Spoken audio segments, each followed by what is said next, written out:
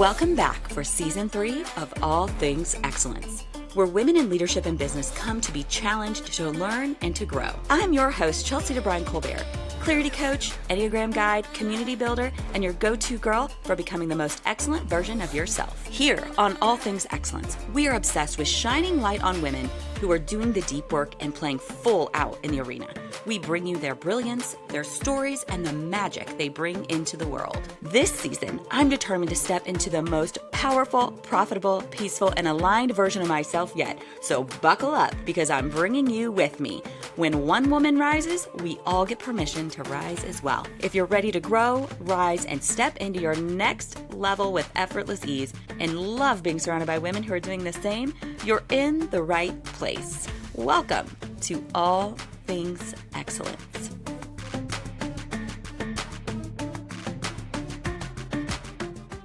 Hey, All Things Excellence fam, welcome back. Today I have an incredible guest. We have already had the greatest conversation, of course, before we hit record, because that's how it goes.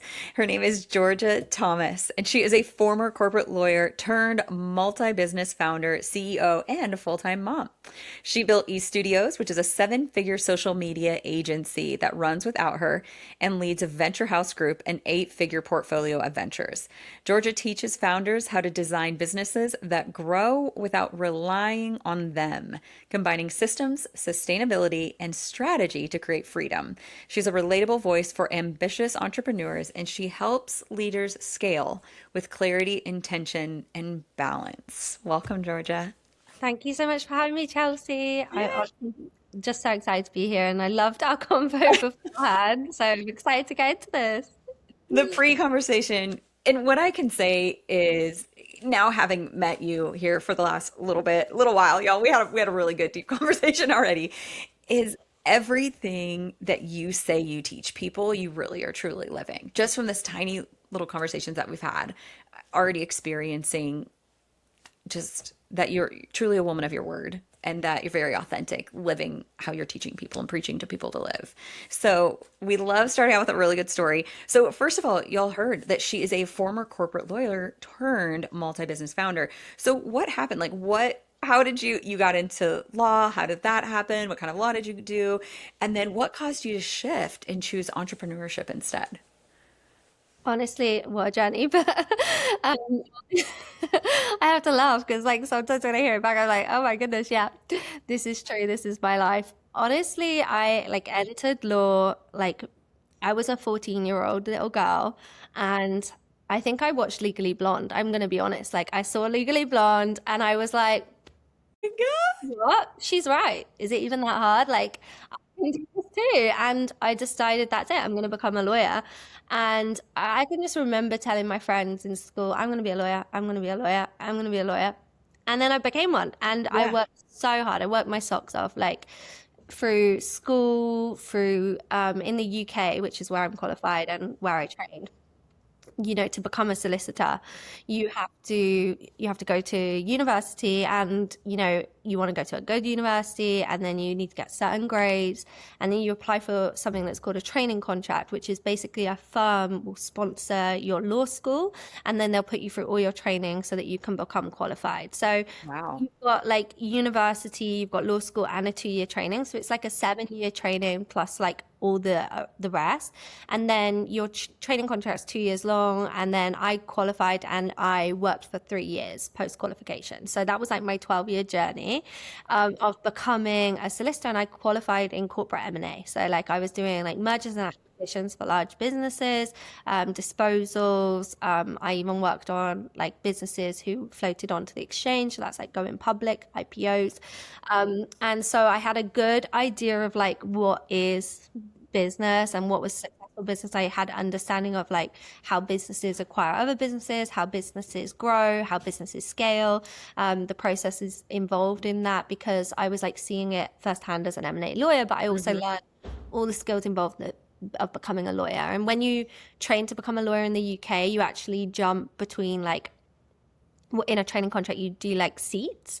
So you do like a 6-month seat in different areas. So I'd sat in like 3 different seats because I actually qualified early, 6 months early in my training contract. So I qualified after 3 seats instead of 4. And so I decided to qualify into corporate M&A because there was this little voice in the back of my mind that said, if I did something like corporate or commercial, I will be in a position that when I set up my own thing one day, I will be able to like use those transferable skills. So it was kind of funny because I was driving this path of like, I want to become a lawyer, but in my mind, I was thinking like, one day I'm going to do my own thing. And I remember like the partner who interviewed me for the training contract and was like sort of training me. I remember him always saying to me, like, because I was like, maybe I'll do a PhD, like maybe I'll do this, maybe I'll do that. Like I was just never satisfied in my career. And I was also doing multiple things. So I was like a youth leader at the same time. And I was like running youth groups around the country and training to be a solicitor. So it was like this idea that like I still had like all this creativity that I had to put into something. And I remember him saying to me, like, I think one day you're going to like we're going to be working for you. And it's a funny story because actually I instructed my old firm just recently on like an app we're developing, and they like did some legal work for us. So it is funny that whole full circle thing did end up happening. But let me bring it back. How did I get to where I am today? I basically met my husband. He was already an entrepreneur, and he had started at the time what was a marketing agency, and he was just brand new offer, and he was about to get some big work in. Like he was having his almost like his break in his business. And we were newly married, and I remember we had this specific moment where he needed some help. And so I made the decision that I would take 9 months off of my career. Like I would take 9 months off work, have a career break, and I would help him like in his business. Now I was envisioning like organization, contracts, all the legals, and basically just supporting him on like that side of things. But what actually ended up happening is like we'd already kind of like started a business together, which became eStudios and was eStudios. We started this business together, and I was just playing like a background role. I was just like helping him, like I said, with like the operations legal stuff, but I wasn't involved in the day to day. But in this 9-month career break, he had to go all in on his new venture. And so I ended up going all in leading eStudios. But what ended up happening is in that 9-month career break, I ended up like scaling the business like really fast. So within the 9 months, or it was like more like 6 months, by the time I was going back to work, because I'd actually agreed with my bosses that I would literally have a career break, and I was due to return to work, back to work after the 9 months. This was, I mean, a maternity without a baby. It was a decided thing. This was like, I'm not quitting. You're not firing me. I will be back. And this is the day I'll be back. Yeah, I literally agreed with my boss. I was like, hey, I need to take this career break. And I asked for the time off. And an unpaid like sabbatical kind of career break. And in that career break grew the agency. So when I returned back to work, like I had this pivotal moment. I was sat on Miami Beach because we were in Miami because we were growing these businesses. And I'm sat on Miami Beach and I'm thinking, I've just grown like a 6-figure agency at that point, a multi-6-figure agency.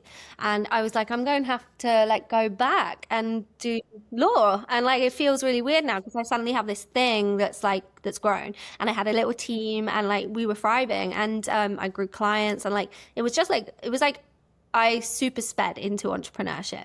Yeah. And not even on purpose. Like it was an accident. Like you kind of accidentally took a sabbatical and did really well. Yes. And like, it was funny because like in my mind, or like my idea of like perfect timing, I was like, I want to have like at least 5 years under my belt as a lawyer before I ever exited law. Yeah. And like when I was exiting, I thought I was going to jump into something different. Like I had these different visions of what entrepreneurship would look like for me, because I actually want to say this because I think it's so empowering for people who want to start businesses.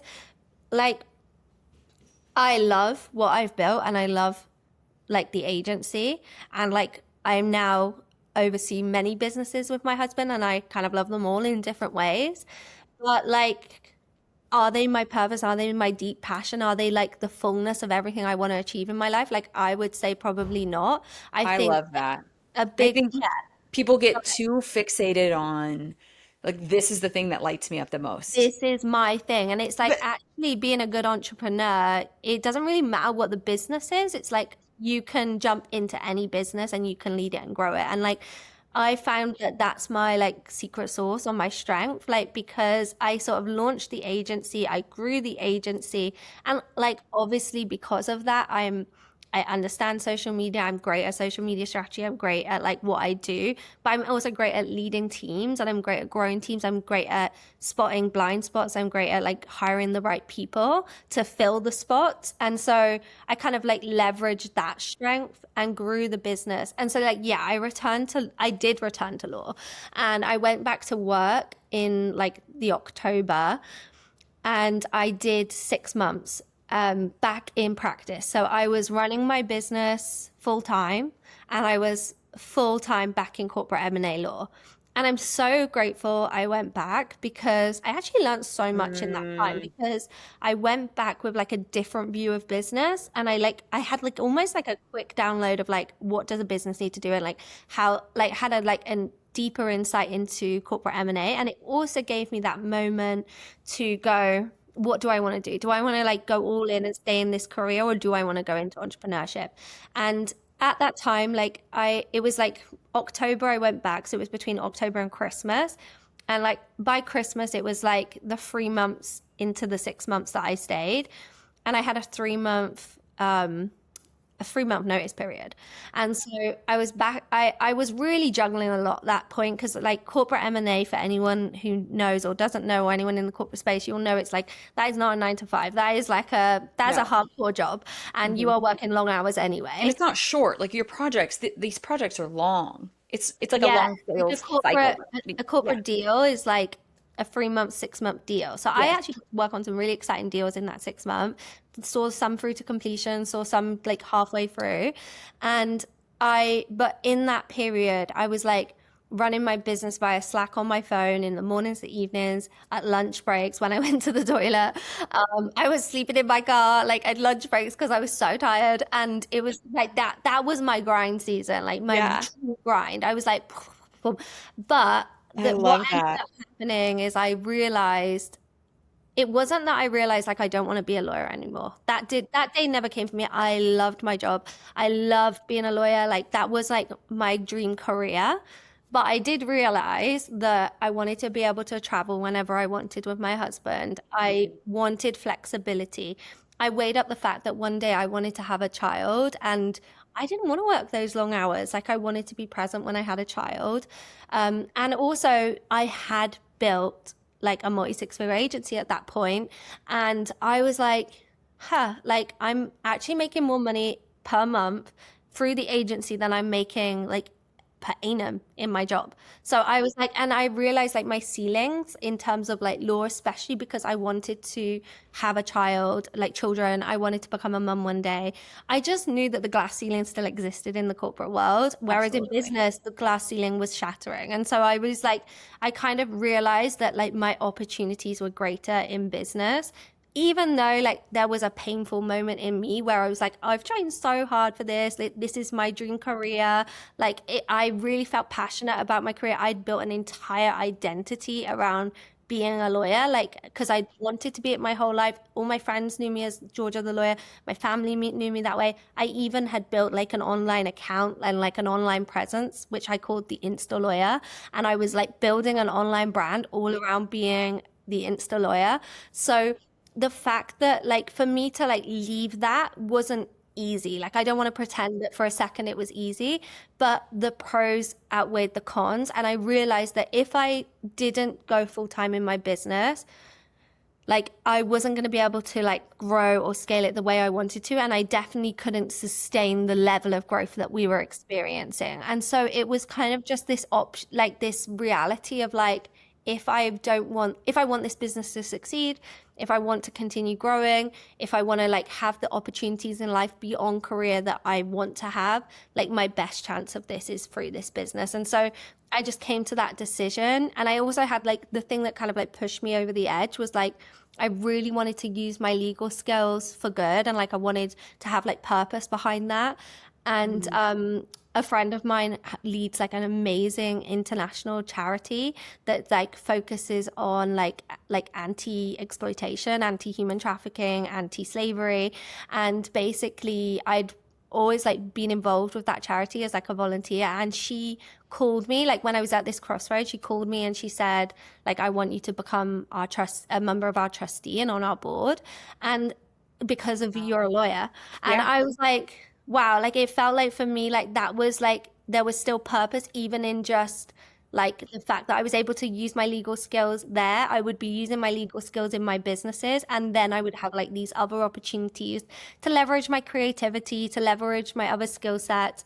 And so like that was my big moment. And I just Yeah. basically said, okay, and I just jumped full into entrepreneurship. I love it. I mean, and there is, I would say you've got to look around and follow God's favor. Yeah. The amount of favor was Yeah. insane. It was, you couldn't even miss it. No, The fact that it was you like just did this pulled tiny out. little thing to help him and it exploded. Yes, this is it. Like I really Yeah. feel like as well that is it. Yeah. Like God has like orchestrated my steps and I was Absolutely. in tune to listen. Like I was able to hear that like okay, like this is where I'm meant to go next. Like even when I took the career break, like I saw God, like that was my like my compass and I knew that that was the step I was supposed to take in taking the career break. I didn't know what was coming around the corner. I didn't know that I was going to build the agency. I didn't know that that step would lead me to where I am today. But because I was able to take the step in faith, like it led to me to where I am now. Yeah. I know when you said that, there was just like this little voice saying, one day I'll do my own thing. But also when you saw Legally Blonde, you were like, yes, that I'm going to be a lawyer and grabbed a hold of that identity. I mean, it's like the whole time. It absolutely God's plan that whole entire time, like weaving it through because you know that everything, and I think people struggle there. They struggle when you've built this entire house, right? And this house, this identity around being lawyer, like being the Insta lawyer. And then to shift and change, I think people live in that land of indecision a lot where they think, I've worked so hard, I've put so much into this, and now I'm going to leave it and abandon it. And I'm like, that was the foundation of everything that you're building. 100%. Like we're sold this like idea that life Yeah. is like one Yes. straight line up Yes. So and like linear. So it's linear. It is it's not. not. It's like Hmm. seasons. Like Hmm. sometimes a season will be one thing and the next season is something else. But like what you said is true. And also it's like those things never leave you. Like Mm-mm. like today I'm still like Yeah. drafting agreements and I am like the way I think is shaped by my legal training and my legal career. The way I'm able to lead like a massive team across all our businesses, like it's because I bring with me the experiences from before. So like even if you've had an incredible career and you want to do something else, and like to be honest, like I want to like talk to this point because like some people might be like, you've got to this point, like a corporate M&A lawyer, and like you're doing all this, like that's like quite intellectual. It's like, almost superior. Like, and now you're just going to go do social media. Like that doesn't make any sense. But like, it wasn't that I Yeah. was just going to do social media. It was like, that was my stepping stone. I now lead multiple businesses and I'm growing multiple businesses and advancing into different areas. And I leverage my legal skills every day. And so I Mm. think like sometimes like what you're saying is basically like sometimes you have to take a faith step and actually like who are you comparing yourself to anyway? Like you're just on your own journey and like Mm. your path might not look the same as everyone else's. Like just because I had a legal career, like I could have gone and maybe like focused on one day starting a law firm, but that wasn't my call. Like that Yeah. wasn't what I was But called to. now you own a company that needs lawyers. Yeah. Multiple companies. I said my brother, both of my brothers went and they got their diesel mechanics degree. And I remember being older than them thinking like, why would you do that? That's such a blue collar for the rest of your life, like working for the man the rest of your life. And then they, like then when my first brother bought the company that he worked at, and now I'm like, oh, I got Yeah. you. Like you learned the skill and now you bought the place and you employ all the people. I Yeah. think that people think so linearly, like, I'm going to go to school and I'm going to be a lawyer and I'm going to work at a law firm for the rest of my life. And you're like, no, I'm going to go to school. I'm going to learn all the things about mergers and acquisitions. And then I'm going to open multiple companies and I'm going to employ lawyers. Yeah. And when I'm Ugh. ready, I'll acquire. And when I'm ready, I'll Yep. sell. Now I'm Yes. building to exit. Yeah. And I know what building to Yeah. exit means because I've sat and done the due diligence that is required for an Yeah. exit. So it's Yeah. like sometimes like we the things we're doing before are maybe just like a training ground for what we're doing ahead. And like I agree. actually, but also I think what's true is like we don't always have to have like the full vision. We just need to have Mm, the next step. Like we just need to right. know like where do we go next to like move things along and like make sure that's in alignment with our overall goals, our overall plans, and that will help us take the next step. But it doesn't always mean you know what's fully ahead. You just know like you don't have to like when we're young, like I was like, I want a 5-year plan and a 10-year plan. And that was my 5-year plan. Let me become a lawyer. Yeah. And I got to the end and I was like, What? what now? Yeah. Like Yeah. it was And then done you it. get old enough and you realize like you have no clue at all what's in store for you. Like you have no idea. So Yeah, just I kind of wake up every day. It's like, okay, God, what's the next best step today? Because 100%. That's yeah, amazing. you just don't even know. Okay, so with that, lots of favor, lots of things happening, lots of things exploding, and then you really master the art of scaling sustainably, and you've built a lot of systems that protect your time and fuel your growth. So, what for you, where, I guess honestly, where did you meet yourself when you found that fine line of doing everything yourself and leading a business and empowering your people? Because a lot of founders struggle to step out of daily operations. So Hmm. talk about your experience doing that. Like, because there is a certain thing that you, like a certain release that you have to do to allow your business to sustainably scale. Hmm. I mean, you stepped away from your business for a year when you had your daughter. What does that look like to you to build those systems? 100%. I think like okay, I want to like be completely honest and say like I was Yeah. like a baby bird at the end of a tree and I was pushed into it. Like I like in all these situations it was like almost like I was being pushed into my alignment as well and obviously taking the right steps to myself. My actual situation was like I told you I shared my story of like how I exited law to be full time in my business. I left law April 14th and on uh, July 20th, I found out I was pregnant. So I wasn't, No. and it wasn't like, I'll be honest, right? Like, because women need to hear this. I was like, I'm in my girl boss era. Like, that's what I was doing. And I was like, I was thriving. I'd just been traveling around Switzerland. I was like, me and my husband had a great thing going on where he was flying to America for work. I was traveling the world whilst working from my phone because, like, I had already gotten used to this. Was what's so funny. I Hmm. went full time in my business. But my business was already moving when I was like full time in law. So I was like, I don't need to work like 16-hour days at this. I can just do Yeah. this like 6 hours, like 7 hours. So I was already like conditioned. You didn't have a choice. Like, because you already had the two things, there was never a time, right? Yes. Like, you already knew, I don't actually have to be doing this 24/7 because I wasn't before. I never built in that way. I'd never built to be like someone who works like endlessly on their business. I was Oh, someone wow. who built smart from the get-go because I had no choice. I did like obviously have that 9 months where I was like full time in the business, but Hmm. I also had like a delayed COVID wedding in that time. So like, Hmm. you know, people used to call me like a good time girl, and I'm like, that's not an insult. That is a compliment because I'm using to Good like time, girl. prioritize my life over the things that you guys think is important. But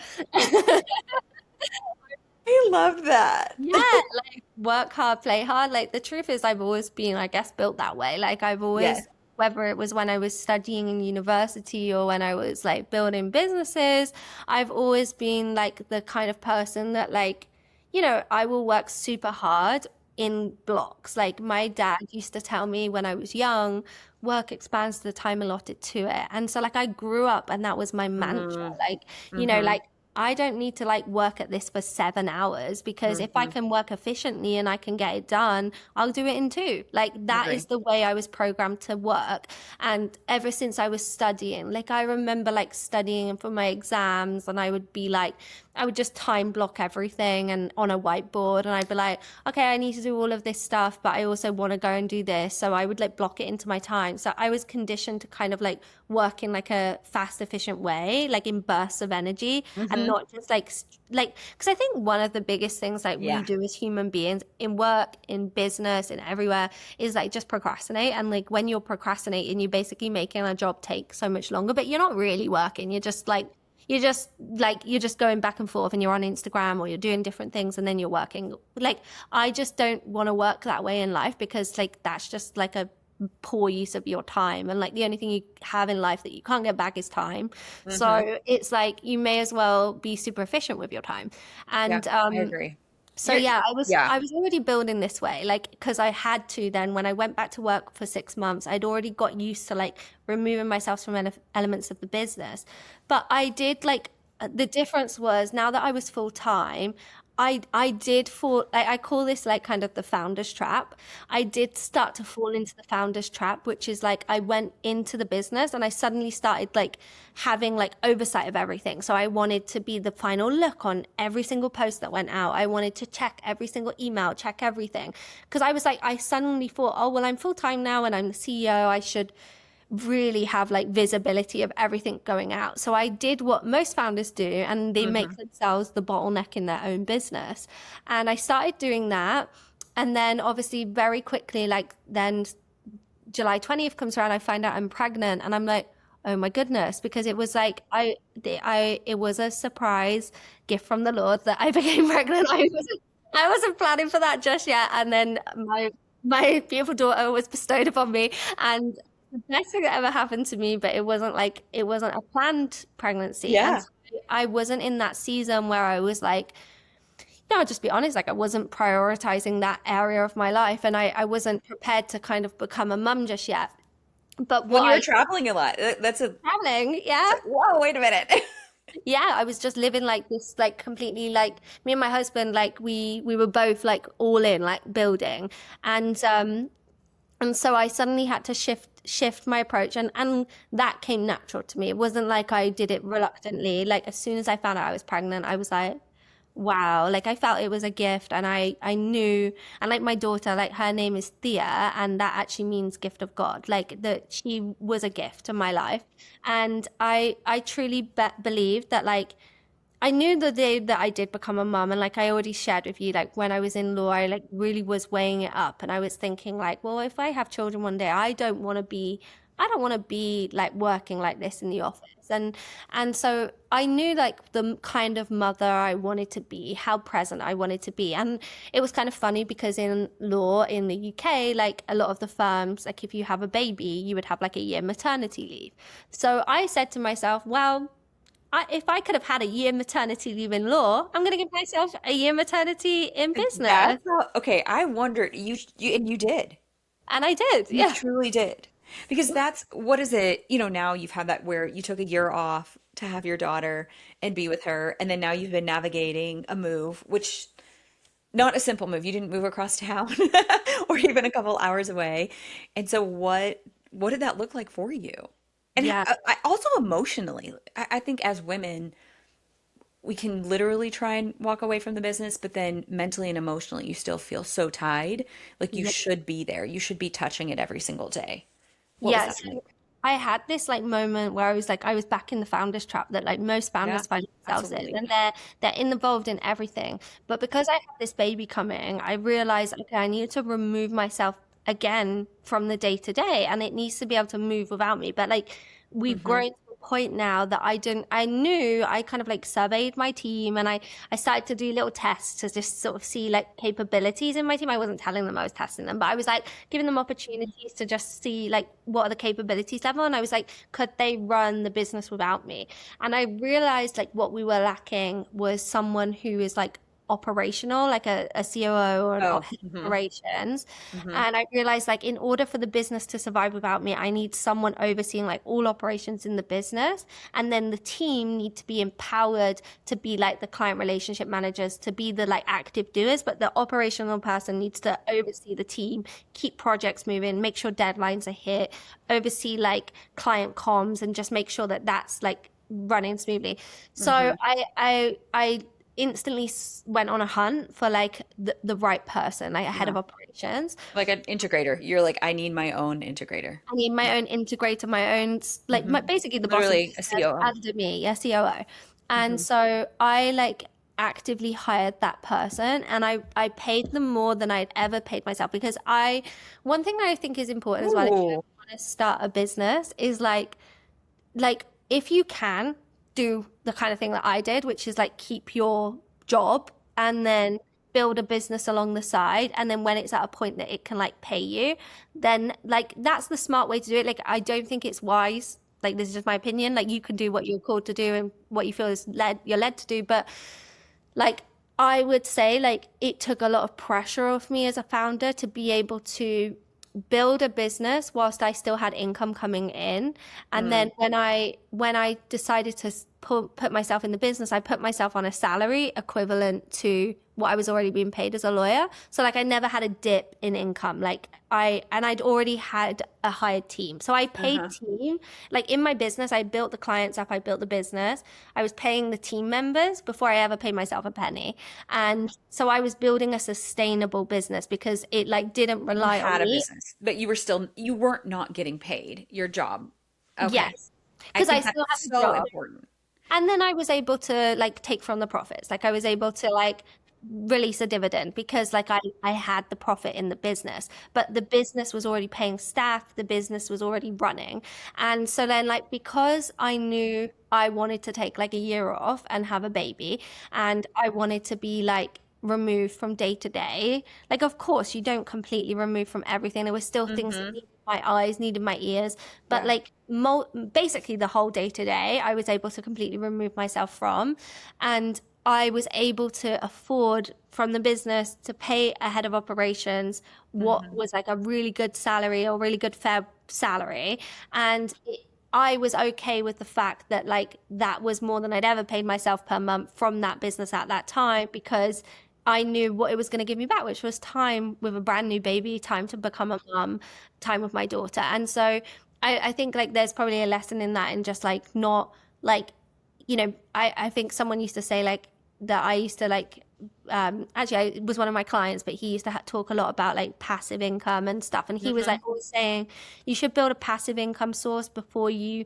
like leave your like actual income source, because if you've got Mm. passive income coming in, once your passive income it replaces your normal income, you can then like turn that into your like full-time business. But if you basically are relying on the passive income before you've like fully built it, it can mean that that's where like I think founders find themselves like when Yeah. they become entrepreneurs, is like they start a business, they're paying themselves like all the Hmm. income. They then think, oh, I can't afford to hire someone because well, I They want to really like can't. I want to The, realize all these yeah. profits. But the thing is, if you build it like a bit back to front, like build it sustainably first, if you can, Hmm. because you've got another income source, it means then that when the business grows, it's not fully you're not relying on its income to begin with. You can build the team, and then you can then take the profits out, and it's like you're gonna actually build a thriving business then.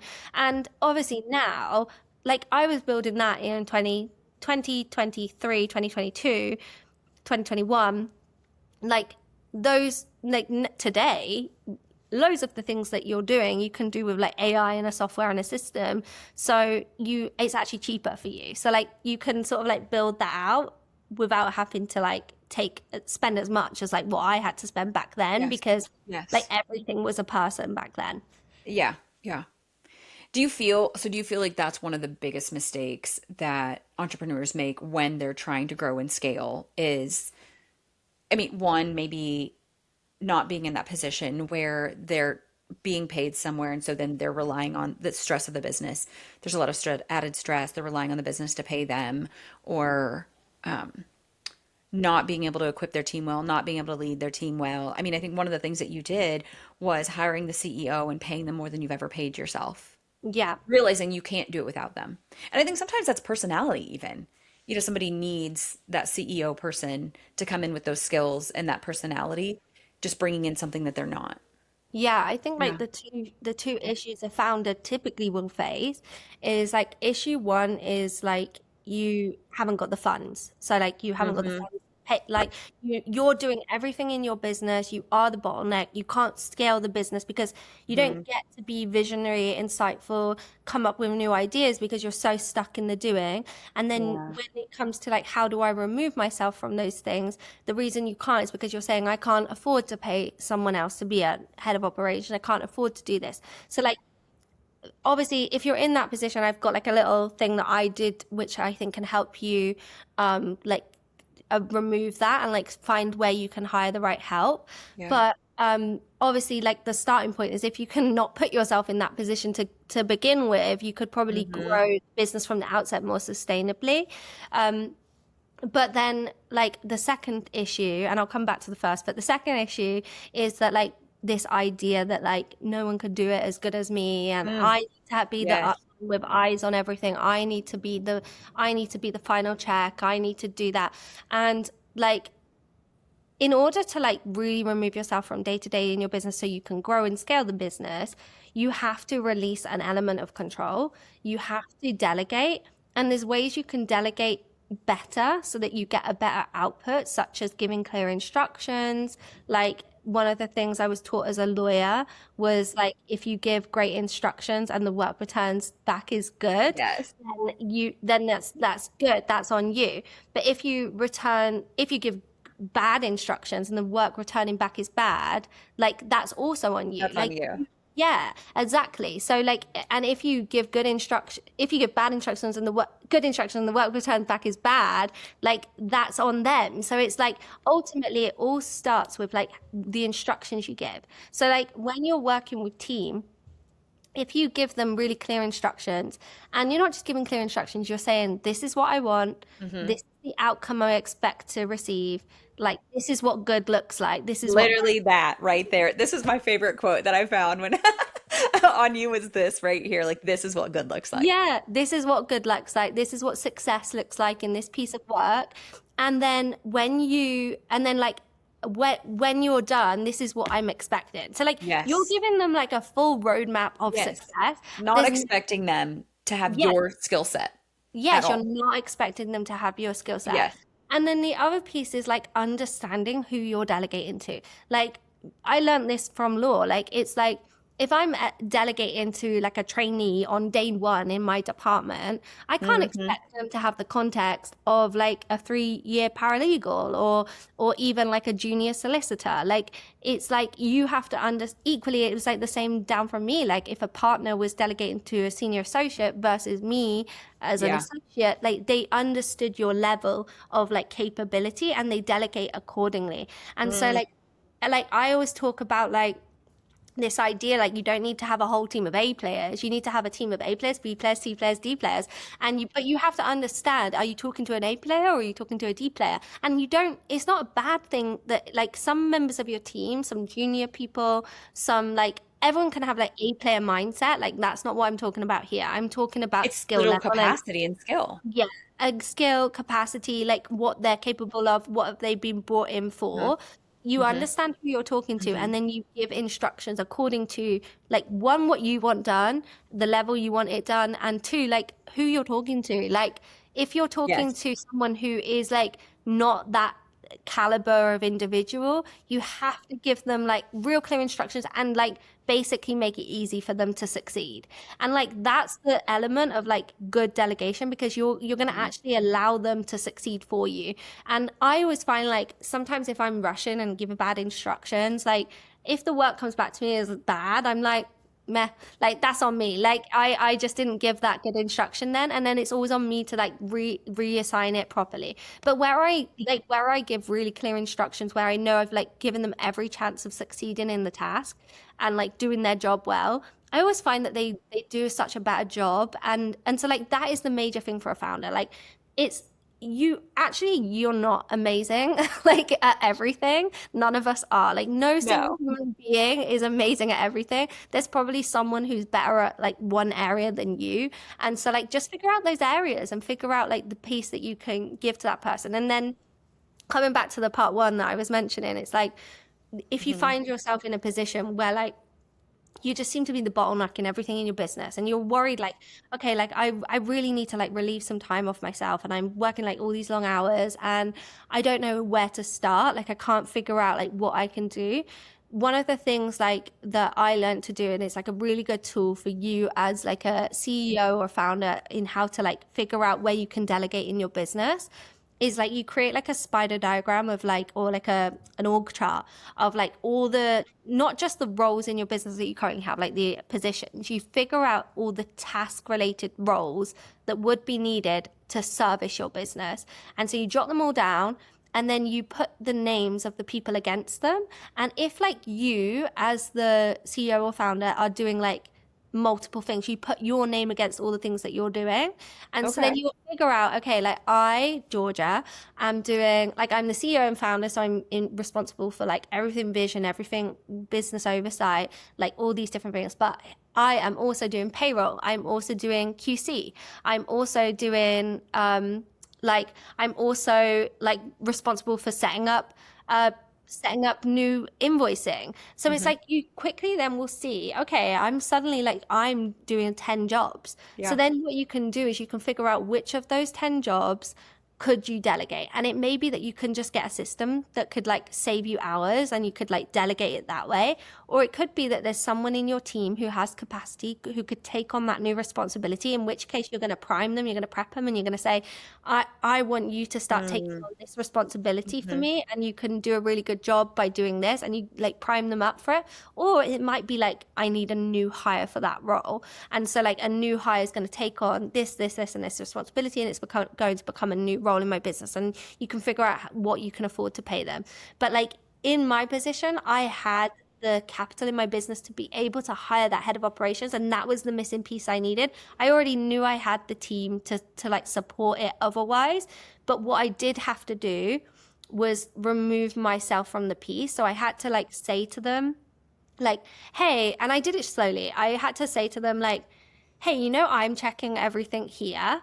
Instead of me checking everything now, instead, what I want you to do, what I'm going to start doing is I'm going to like start showing you the changes I'm making. So I'm going to record a Loom video of every change I'm going to make. I'm going to redline, like I'm going to change everything. I'm going to like help you see where you're going wrong. That way, like suddenly they start shifting from you being the final check to them realizing where they're going wrong. After You that, trained them, yeah, train them. but And I by started, like, watch me watch you. Now you do. yeah, exactly. Like watch, like show them your brain process of like Yes. why what Yes. they got to wasn't like the fullness of what you were expecting. Hmm. And then after I did that, I shifted from like showing them where they needed to change to then like slowly the changes were like getting less and less. Then when I felt confident, I started saying, right, you don't need me to check this anymore. So it was like baptism of fire kind of thing. Like Yes. I'm going to push you off the branch. But This also is empowering for them. Yes, it's so empowering. You're equipping them, you're empowering them. Like you can't empower without equipping, you have to do both. But like I started saying to them, you know what, guys? Like you actually don't need me to check this. You are amazing. You actually are better than me. You can do this better than I could do it. And the only reason I'm giving you this feedback now is just to give you another viewpoint. Actually, what you did here was fine. And if that had gone out exactly as you done it, that would have been fine. So you're encouraging them, you're Yeah. empowering them. And then it But came to the point. you can't empower without equipping. And I think that's where a lot of people skip that thing. They're breathing belief into them and thinking like I'm encouraging them and I'm telling them that they're capable and that they can, but they didn't equip them with showing them what does good what actually look like what to good you. looks like, what does Like you done look. equipped them with like this is what I think excellence looks like. Yeah. And then And what then I did then is I just, by time I actually told them, hey hmm. guys, I'm having a baby and I'm Bye. from this day, you actually won't be able to contact me anymore, and I'm going to be like offline for a little while. Yeah. But by the time I'd already done that, they'd already had like a good few months where it was Yeah. like they were already doing everything. The And self-trust was high. yeah, the trust was high in Yeah. themselves. They were already taking ownership. They were like, that's the shift from like, they're not just doing tasks, they've taken ownership. They are responsible. And like, you have to tell people that. You can't expect them to assume that they own that outcome. You have to tell them the buck stops with you. You are owning this deliverable. And then it was kind of like easier then because they'd gone on the journey of delegation. They'd gone on the journey of taking ownership. And then what I was able to do, and as the final step, before I told them, I was just kind of like checking their work after it had already gone out, checking their work like as an afterthought. And I would just give them feedback. Like I'd be like, if I felt there was ever a need, I would tell them like, hey, I saw this went out, totally fine. Or I saw this went out, but like I would just suggest like maybe next time we could try doing this. And so I was just kind of like helping them on that journey. But after that, it was amazing for me because I did wonder, how would it be when the baby came? Like, was I going to be able to completely like leave it alone and switch off? And like, I was being induced and I was like on my laptop. And I was like, okay, I got like 5 hours. Like, Yeah. don't worry about this baby coming. And I was a bit nervous, like, am I going to be able to switch off? But the moment that baby was placed in my hand, my daughter, I was gone. I was like, I could have cared less about that business. Like, I was just like in another planet. Yeah. I was like in full mum world. And But you also knew that you set yourself up well. I'd set myself. It wasn't hard, 8 right? Like, months. do you think that was part of it? Like, it wasn't hard because you set yourself up to be Yeah. sustainable while you took time off. I'd spent 8 months preparing the team. I'd spent 6 months preparing my head of operations, COO. Like I'd prepared him for what he had to hold. Yeah. I knew that everyone was clear on what they had to do. So like by time then the baby came, it was like, what could really go wrong? And if anything really went wrong, is it is it going to break? Probably not. And actually, in that year off, we had 100% retention of all our clients. So we had 0 churn. We upsold current clients. One of the big shifts I think is really important is like, I did make the decision in that 8 months preparing for me to have the baby. I decided that it was better that we focus our energy on sustaining and growing and internally and delivering the best we could for our current clients than trying to bring in new clients. So I made it very clear to my team, your focus is not external sales. Like we don't need new sales. We just need Okay. to retain the business we've Like, got. do what we're doing 10 times better. Yes. So it was like, I Okay. didn't, and I think that's also important. Like, Mm, you can't, like, sometimes you can't sustain and grow at the same time. I was clear to my team, like, this year is about sustaining, keeping the current clients happy, doing a fantastic job for them, even in my absence. And then the next year, like after the first year, I was able to shift approach and be like, okay, guys, I'm getting back involved a little bit now, but my goal isn't sustaining. My job is to grow. So like, okay. I knew that that was the piece I had to bring to the equation when the time was right for me. And like so the first year was sustaining. The second year was like slowly getting back into like, how do we position ourselves for growth? And now this year is like full focused on like, let's grow and scale. Okay. I I love that because thinking about what are most common mistakes that entrepreneurs make when trying to scale, I think some of it is that though, where they're trying to scale on a really rocky ground, where they haven't focused on let's just the clients that we have right now, let's be our absolute very best with them Yes. first. Let's master, like become masters of what we are actually doing, and then scale from mastery, not Mm, scale in a mess. yes. And like Hmm. there's this idea Hmm. sometimes that like it's harder to upsell current clients, but Yeah, actually you're doing an incredible job for them. Like actually you have more of an opportunity to upsell them than like a cold lead. Do you know what I mean? So agreed. I think that was our approach, and that was what was Mm, able to sustain us and actually grow us because we were able to like upsell the current clients, and we were also able to then set ourselves up for a good opportunity to then like grow beyond our current clients when we were at that point where I felt that we were ready for that. you're ready to grow and ready to scale and bring new clients in. Yeah, and be prepared that that may require something more of me in Hmm. that season because the sustaining, I was confident that the team could do and do well. And I like made sure that there was the right support within the team to enable that. But the Hmm. actual growing part, I realized might require something more of me. And therefore, I wanted to be at a place where I was ready to give something more. Yeah. I that's been one of my favorite things that you and I have been talking about and that we talked about before we even got here is the basically it's like I love ending every episode with a permission to women.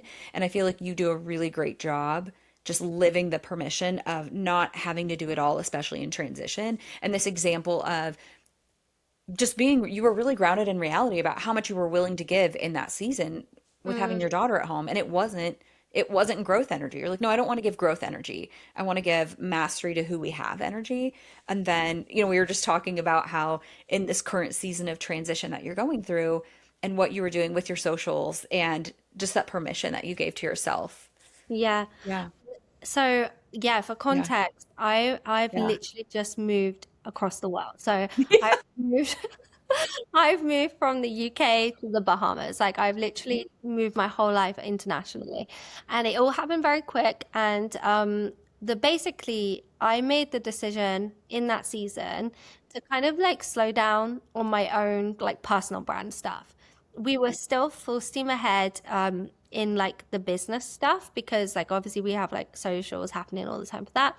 We also have all our client socials that we manage through the agency. And like for context now, like because we're like I was talking sort of past tense, we're now a few years on from that, and like so now me and my husband we lead a group of companies. We have the agency still. We also have a consulting arm. We have a software and app development company, and we also have like a product-based business. And so like all these businesses are still moving, they're still going, they're still growing. There's like each one has its own like goals and things that it's moving towards.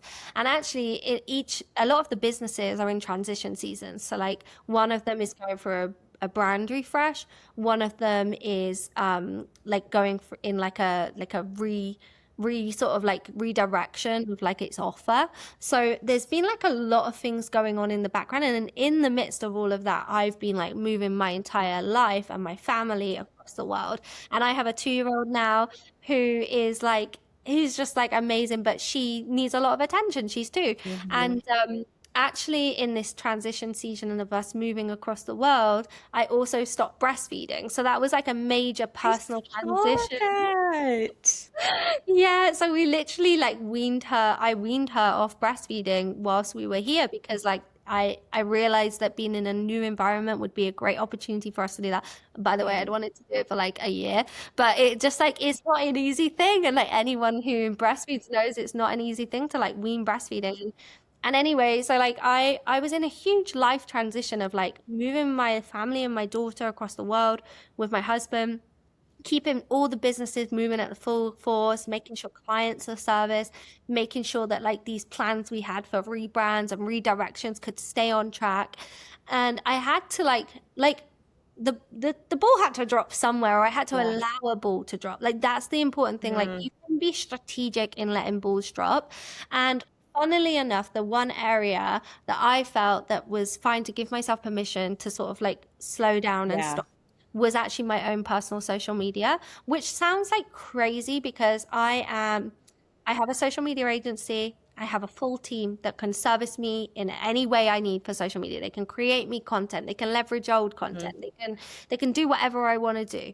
Um, Equally, like there's just no like excuse like today to stop creating Yeah. content on social media. And that's the message we keep hearing. There's no excuse. There's no excuse. But you know what? Batch, Like, batch. yeah, just Yeah. batch record and just get it out and la la la. But I'll be honest, like I truly felt like this was a season where I was in so much personal transition that I didn't feel that I wanted to show up like visibly online. I was dealing with a lot of like personal emotion, like weaning my daughter off breastfeeding affected me hugely hormonally. I was also like changed transitioned my whole life to a new country. I hadn't shared that yet on social media, so like I didn't really know how to like navigate that, and I was figuring that out. I also was figuring out like a total like how do I really want to portray myself online because I'm doing all these different things and in that season, I just thought, you know what? I don't have that additional energy level to like show up in content. I don't want to record videos. I don't want to like even create carousels. Like, I don't want to review anything. I don't even want my team to do it. I just was like, I just want to pause. I just want to take a moment. And I think like I want to just give women permission here today, because for me, as someone who believes in the power of content, you know, in that season, I'm still seeing like clients growing their accounts, and we've grown clients' accounts to millions of views and millions of followers and thousands of followers, and like we're seeing that success, and I know what that success looks like. I know the exact strategy to make it happen for myself if I want to.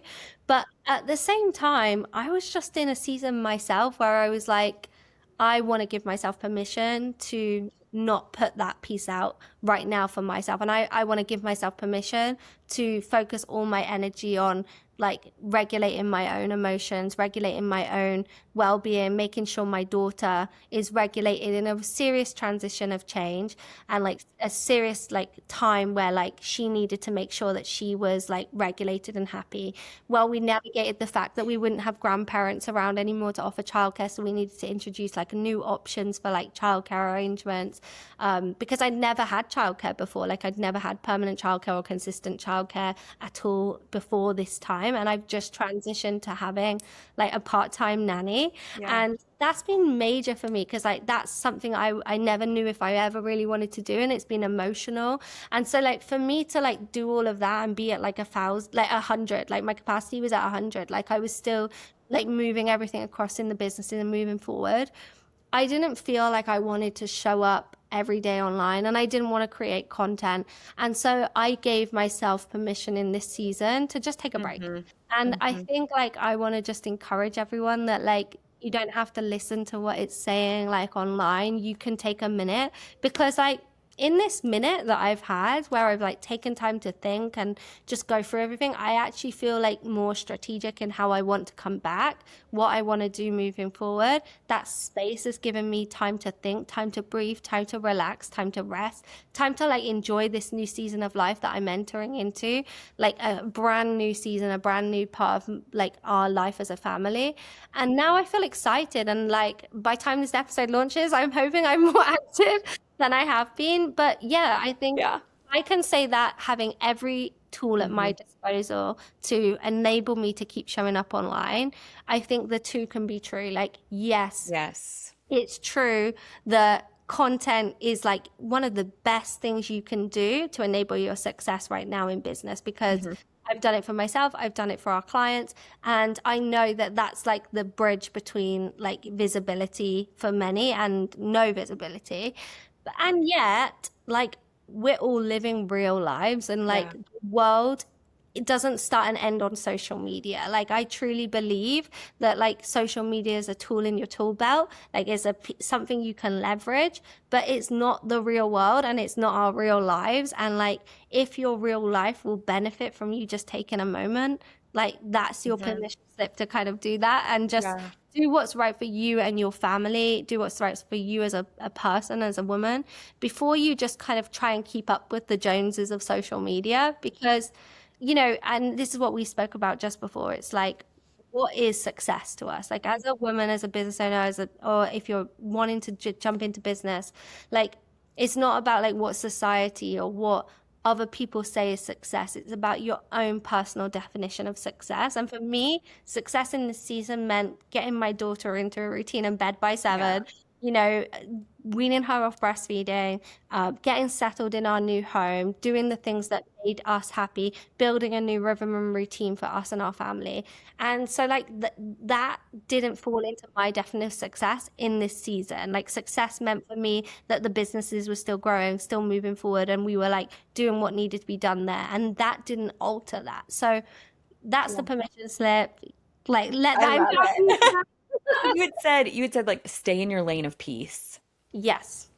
and figuring out how do you define success. And I just love that even as somebody that owns a social media agency can go, I just didn't want to be checking a box. Like Yeah. I didn't need to be checking a box. I just needed to be present with myself and my family and my daughter and this move and figuring out.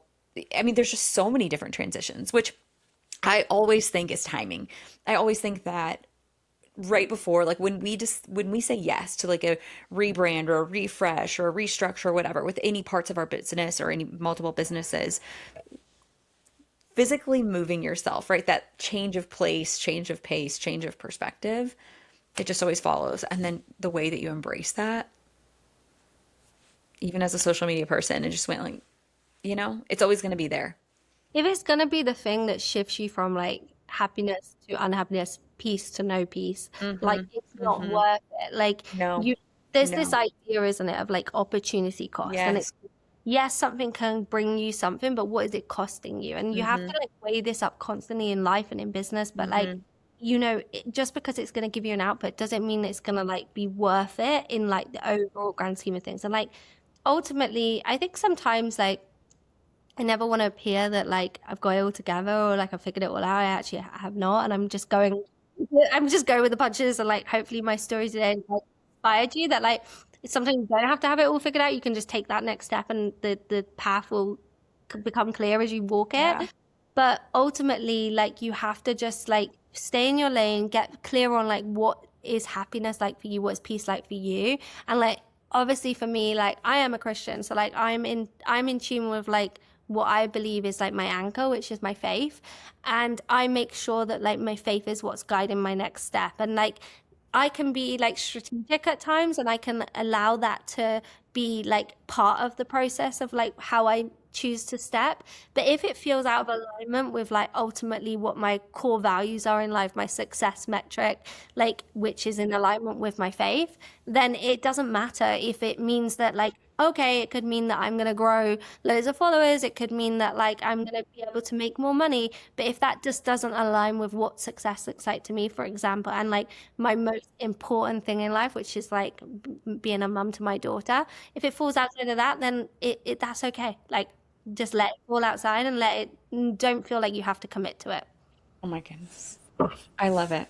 I love it so much. Well, I feel like I was the one that got really blessed today and just getting to meet you, getting to spend some time with you.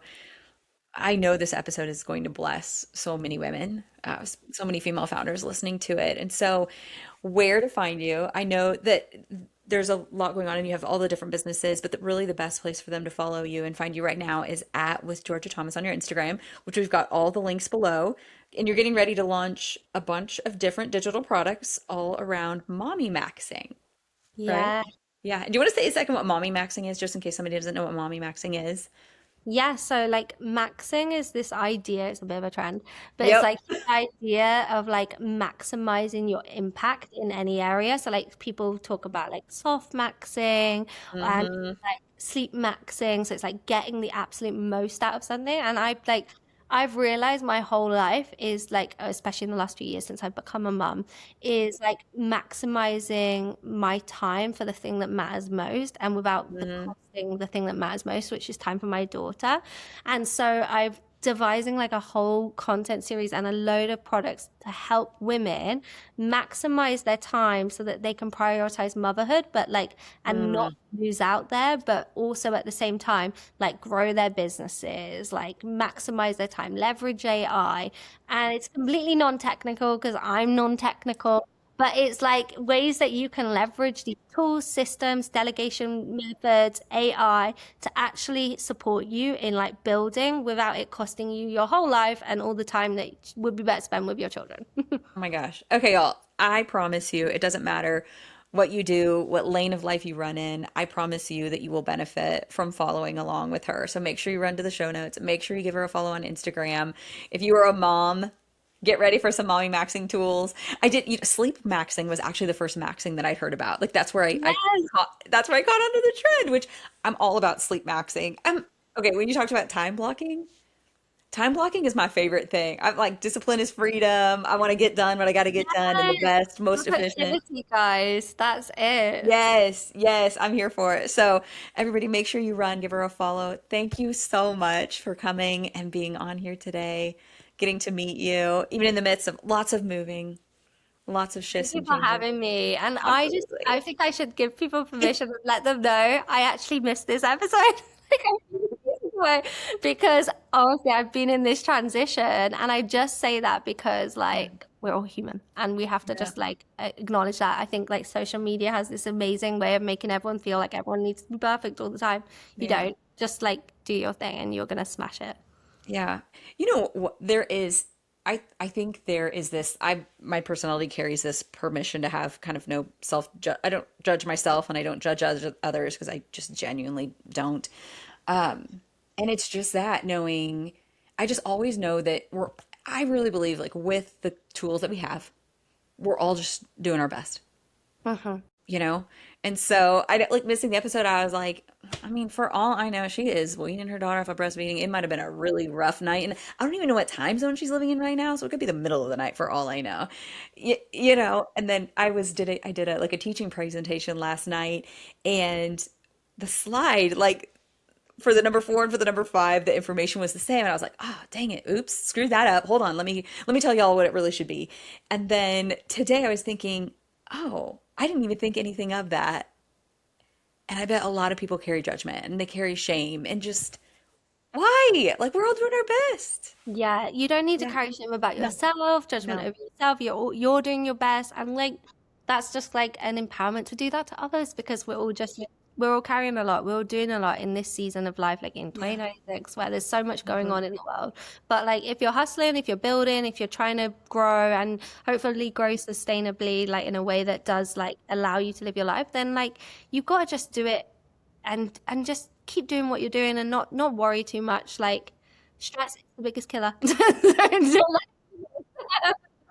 Yes, stop stressing, stop overanalyzing, stop overthinking it. Just, you know, and yeah, it's not worth it. It's not worth it. So yeah, I was like, oh man, she's got a lot going on. And everybody does. Everybody's got a lot going on. They're all doing their best. That's just what I always assume out of everybody. So thank you again. All right, All Things Excellence fam. Yeah. Again, run to Instagram, give her a follow, be on the watch out for all the mommy maxing tools to come. Thank you for listening, and we will talk to y'all next time. Thanks for listening to All Things Excellence.